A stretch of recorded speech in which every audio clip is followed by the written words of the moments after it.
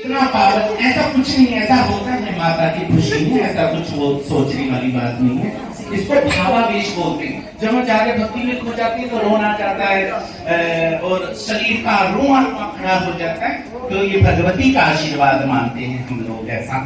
तो ये सुंदर परंपरा भगवती माँ की कृपा हमको मिली है। तो अभी पूजन प्रारंभ होगा और हमारे जगाई उसकी परिणति भी इसी तरह के पूजन से हुई।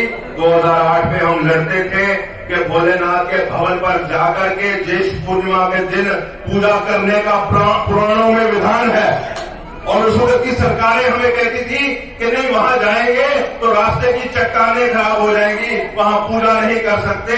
आपके आशीर्वाद से पिछले 4 सालों से वहां पर जाकर के विधिवत ज्येष्ठ पूर्णिमा के दिन जाता है, और उस काम में भी विश्व हिंदू परिषद को एक अग्रणी सेवा का मौका मिला है।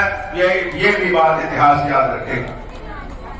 तो मैं कह रहा हूं कि नए युग की शुरुआत हुई है, धर्म प्रायणता के, धर्म के उत्थान की। हम सब जानते हैं कि जम्मू कश्मीर माता वैष्णो देवी की भोले शंकर की धरती है। आपकी जानकारी के लिए मैं बताऊं, बहुतों को पता होगा, लेकिन हमें बताने में ही बहुत हर्ष महसूस होता है, बहुत खुशी महसूस होती है कि हम बार बार उन बातों को बताएं। भोलेनाथ का माता पार्वती के साथ विवाह स्थल, जहां पर विवाह हुआ था सुधमादेव जी और मानतलाई, वो यात्रा भी अपूर्ण थी। और इसी वर्ष से धर्म गुरुओं के आशीर्वाद से स्वामी जी वहां पर भी थे।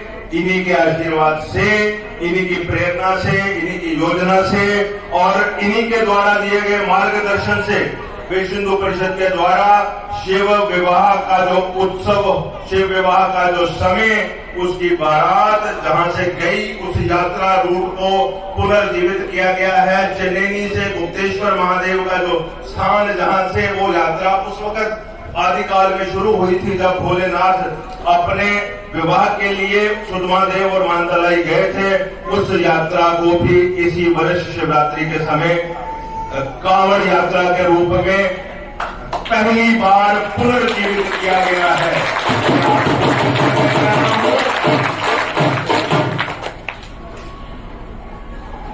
सृष्टि तो लाखों वर्षों से चल रही है, वेद पुराण भी लाखों वर्षों से हैं, लेकिन इतिहास में, संसार में, ब्रह्मांड में कुछ कार्य ऐसे रह जाते हैं